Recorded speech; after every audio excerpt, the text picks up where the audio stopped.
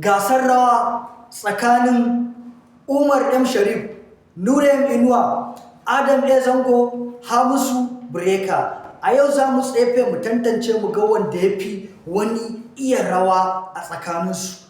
Bari mu fara da Umar M. Sharif. Umar M. Sharif, ina so kai mun rawa ta gani ta faɗa. Kaga dai wannan babbar gasa ce. Bismillah.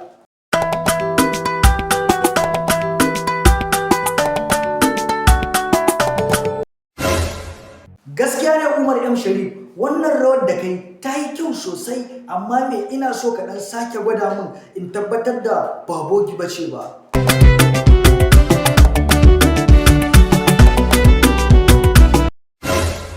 Yawwa Umar M. Sharif, wannan rawar taka ta yi kyau sosai, na baka maki 90, ina zuwa zan dawo kanka. Yawwa Nura M. Inuwa, kaga da yadda Umar M. Sharif ya girgije ya karkaɗe ya yi rawa mai kyau, to ina son kai ma kai mun rawa saboda ka san wannan babbar gasa ce. Bismillah. Na daga murya sai ki sai ta harshen ki dole na bar fishi wanda ya ci amanar so wajen. Haba Nura M. Inuwa, wannan wace kalar rawa kai? Babbar gasa ce fa, ka san masoyanka suna kallon ka, ya kamata ka tsaya kan su kai rawa mai kyau. Za ya rarrage matsalar masoya su daina jigatuwa. Ina haba Nura M. Inuwa, wannan rawar da kai kwata-kwata ba ta yi ba. Haba Nura M. Inuwa, ina zuwa na baka maki 40 saboda gaskiya rawar nan taka ba ta yi kyau ba.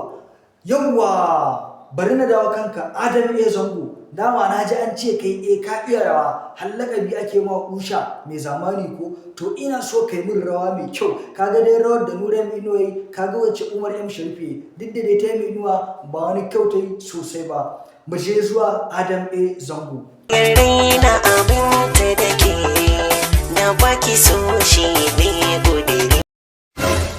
Gaskiya ne Adam A. Zango, wannan rawar da kai ta yi kyau sosai, amma me ina so ka ɗan sake maimaita mun da tabbatar da ba bogi ba ce, ba loki ka kwasa ba. Abin da na so zan yi bara, da kina amurai zai haƙura, zuciya ta daina dara. Gaskiya ne Adam A. Zango, na baka maki 99 don gaskiya da wannan taka ta yi kokari, ta yi kyau. Ina zuwa zan dawo kanka. Yawwa Hamisu Breka, kai ma na dawo kanka. Kaga dai rawar da kowa a cikin su, to ina so ka ba su mamaki kai rawa mai kyau, duk da an ce wai Hamisu Breka bai iya rawa ba, amma yau za mu gani ai.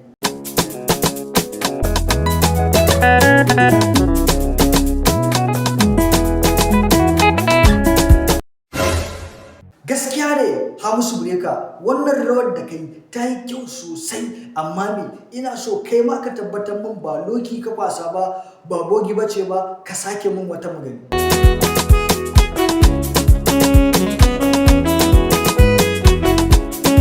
Ni kawai na. Gaskiya ne Hamisu Breka, wannan rawar taka kai ma ta yi, na baka maki 85.